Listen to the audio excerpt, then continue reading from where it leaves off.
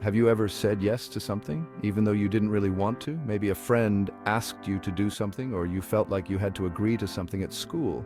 Saying no can be tough because we want to help, be liked, or avoid disappointing others. But learning to say no is an important skill that helps us stay focused, balanced, and true to ourselves. Why is saying no so difficult? It's because we don't want to let people down. We want to be helpful, and we might even feel guilty when we say no. But if we say yes to everything, we end up feeling stressed, overwhelmed, and sometimes even unhappy. Think about it like this: your time and energy are like a battery. If you give it all away by saying yes to too many things, your battery will drain and you won't have any energy left for the things that really matter. I often have to choose which projects I take on. If I say yes to too many assignments, I can't give my best to any of them. That's why learning to say no helps me stay focused and do my best work. Saying no doesn't mean you're being selfish or unhelpful. In fact, it can be one of the most powerful things you can do. When you say no to something that isn't right for you, you're saying yes to the things that matter most. For example, if you're asked to help with a project but you already have too much homework, saying no allows you to focus on what's most important. Your education. It helps you protect your time and energy so you can do your best. When I say no to distractions or extra work I can't handle, it frees me up to focus on my writing. It means I can give my best to the projects I've already committed to, instead of spreading myself too thin.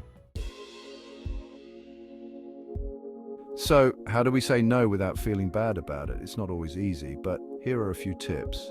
Be honest. When you say no, it's okay to explain why. You don't have to give a long explanation, but saying something like, "I'd love to help, but I already have too much on my plate," is honest and respectful. Offer an alternative. Sometimes you can still be helpful without saying yes. For example, if someone asks for your help but you're too busy, you can suggest another time or recommend someone else who might be available. Practice confidence.